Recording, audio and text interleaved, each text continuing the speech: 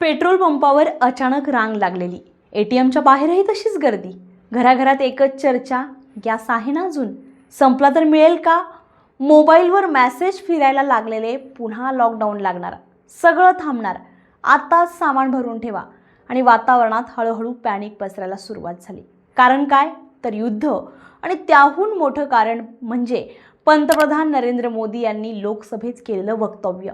युद्धाला महिना होत आलाय, पण अचानक लॉकडाऊनची चर्चा का वाढली? कारण मोदींनी स्पष्ट सांगितलं, जागतिक परिस्थिती बदलतीये, त्याचे परिणाम दीर्घकालीन असू शकतात आणि भारताला पुन्हा एकदा कोरोनासारख्या संकटासाठी तयार राहावं लागेल. बस इथूनच भीतीची ठिणगी पडली आणि ती थेट रस्त्यावर दिसायला लागली. नमस्कार, मी अश्विनी पुरी आणि तुम्ही पाहताय नाशिक न्यूज. आता थेट मुद्द्यावर येऊया. मोदींनी लोकसभेमध्ये नेमकं काय सांगितलं? त्यांनी युद्धामुळे निर्माण झालेली जागतिक परिस्थिती, भारताने परदेशातून नागरिकांना परत आणण्यासाठी केलेले प्रयत्न, वेगवेगळ्या देशांकडून वाढवलेली तेल आयात, देशामध्ये सध्या असलेला अन्नसाठा, या सगळ्याबद्दल माहिती दिली आणि सरकार पुरवठा सुरळीत ठेवण्यासाठी प्रयत्न करत आहे हेही त्यांनी स्पष्ट केलं. पण त्याच वेळी तयार रहा हा संदेश देखील दिला आणि इथूनच लोकांनी त्याचा अर्थ काढला, लॉकडाऊन येणार का? आता खरा प्रश्न हा आहे, युद्धामुळे नेमकं काय होऊ शकतं? भारताची सर्वात मोठी अडचण आहे इंधनावरची परावलंबित्व. भारत आपल्या गरजेपैकी जवळपास 88% क्रूड ऑइल बाहेरून आयात करतो आणि नैसर्गिक वायूच्या बाबतीतही हा आकडा जवळपास 60% आहे. यात UAE, Saudi Arabia, Qatar, Kuwait आणि इराण या देशांचा मोठा वाटा आहे. यातील सर्वात महत्त्वाचा पॉईंट म्हणजे हॉर्मुझची सामुद्रधुनी. कारण भारतामध्ये येणाऱ्या LPG पैकी जवळपास 90% आयात इथूनच होते आणि सध्या हेच क्षेत्र सर्वात जास्त संवेदनशील बनलेलं आहे. इराणकडून या भागातील पॉवर प्लांट्सवर हल्ल्याच्या धमक्या दिल्या जात आहेत आणि जर हे हल्ले झाले तर फक्त युद्धच वाढणार नाही, तर इंधन पुरवठ्यावर थेट त्याचा परिणाम होणार आहे. आणि एकदा पुरवठा अडखळला की परिणाम साखळीप्रमाणे पुढे जाणार. सर्वात आधी फटका बसेल घरगुती गॅस सिलेंडरला. तुटवडा निर्माण झाला तर किमती वाढणार, हे नक्की आहे. आधीच काही ठिकाणी काळा बाजार सुरू झाल्याच्या चर्चा आहेत आणि परिस्थिती बिघडली तर सिलेंडर मिळण्यामधील अंतर वाढू शकतं. लोक साठवणूक करायला लागतील आणि मग बाजारामध्ये अजूनच तुटवडा निर्माण होईल. आणि याचा पुढचा फटका बसेल तो म्हणजे व्यावसायिक सिलेंडरवर. हॉटेल्स, मेस, छोटे धंदे आधीच मर्यादित प्रमाणात सुरू आहेत आणि जर गॅस मिळणं बंद झालं तर हे सगळं थेट बंद होऊ शकतं आणि इथून सुरू होईल मोठा सामाजिक परिणाम.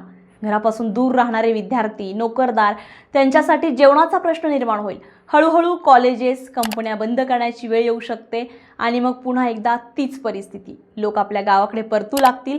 हे फक्त अंदाज नाही आहे. काही दिवसांपूर्वीच गुजरातमध्ये गॅसच्या किमती 5,000पर्यंत गेल्याच्या बातम्या समोर आल्या आणि मजूर वर्ग पुन्हा उत्तर प्रदेश आणि बिहारकडे परतताना दिसला. हीच परिस्थिती आता महाराष्ट्रात आणि दिल्लीमध्येही हळूहळू तयार होताना दिसते. यानंतरचा मोठा इम्पॅक्ट म्हणजे पेट्रोल आणि डिझेल. सध्या फक्त प्रीमियम इंधन महाग झालंय, पण पुरवठा खंडित झाला तर सामान्य पेट्रोल डिझेलच्या किमतीत सुद्धा झपाट्यानं वाढू शकतात. आणि इथे फक्त महागाईचा प्रश्न नाहीये तर टंचाईचा धोका आहे. त्यामुळे पेट्रोल कमी पडलं तर लोकांचा प्रवास थांबेल, पण डिझेल कमी पडलं तर संपूर्ण वाहतूक व्यवस्था कोलमडेल. म्हणजे बस, ट्रक, मालवाहतूक सगळं थांबेल. आणि जेव्हा वाहतूक थांबते तेव्हा बाजारात भाजीपाला, धान्य, फळं सगळ्याच गोष्टींचा तुटवडा निर्माण होतो. तर परिणाम काय? महागाई ही आटोक्याबाहेर जाते. आणि जेव्हा महागाई वाढते आणि पुरवठा कमी होतो तेव्हा मागणी नियंत्रित करण्यासाठी सरकारकडे एकच पर्याय उरतो, ते म्हणजे निर्बंध, म्हणजेच लॉकडाऊन सारखी परिस्थिती.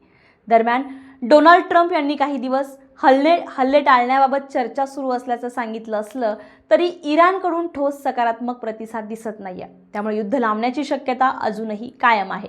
सरकार प्रयत्न करतंय, आयात वाढवतंय, साठे टिकवण्याचा प्रयत्न करतंय, पण खरी परिस्थिती किती नियंत्रणात आहे याबद्दल स्पष्ट माहिती अजूनही समोर आलेली नाहीये. आणि म्हणूनच हा फक्त युद्धाचा विषय राहिलेला नाहीये, तर हा थेट आपल्या स्वयंपाकघरापासून ते आपल्या नोकरीपर्यंत, आपल्या प्रवासापासून ते आपल्या भविष्यातील स्थैर्यापर्यंत पोहोचलेला प्रश्न झालाय. मग प्रश्न असा आहे, आपण खरंच पुन्हा एका नव्या संकटाच्या उंबरठ्यावर उभे आहोत का? सरकारचे प्रयत्न या संभाव्य टंचाईला थांबवू शकतील का? की आपण पुन्हा एकदा लॉकडाऊन हा शब्द फक्त ऐकणार नाही तर प्रत्यक्ष अनुभवणार आहोत? तुम्हाला काय वाटतं? परिस्थिती हाताळली जाईल का अजून मोठे काही येणं बाकी आहे? तुमचं मत कमेंट बॉक्समध्ये नक्की व्यक्त करा आणि असेच नवनवीन व्हिडिओ पाहण्यासाठी नाशिक न्यूजला सबस्क्राईब करायला विसरू नका. पुन्हा भेटूया नवीन व्हिडिओसह, नवीन विषयासह. तोपर्यंत मी अश्विनी आपली रजा घेते आहे.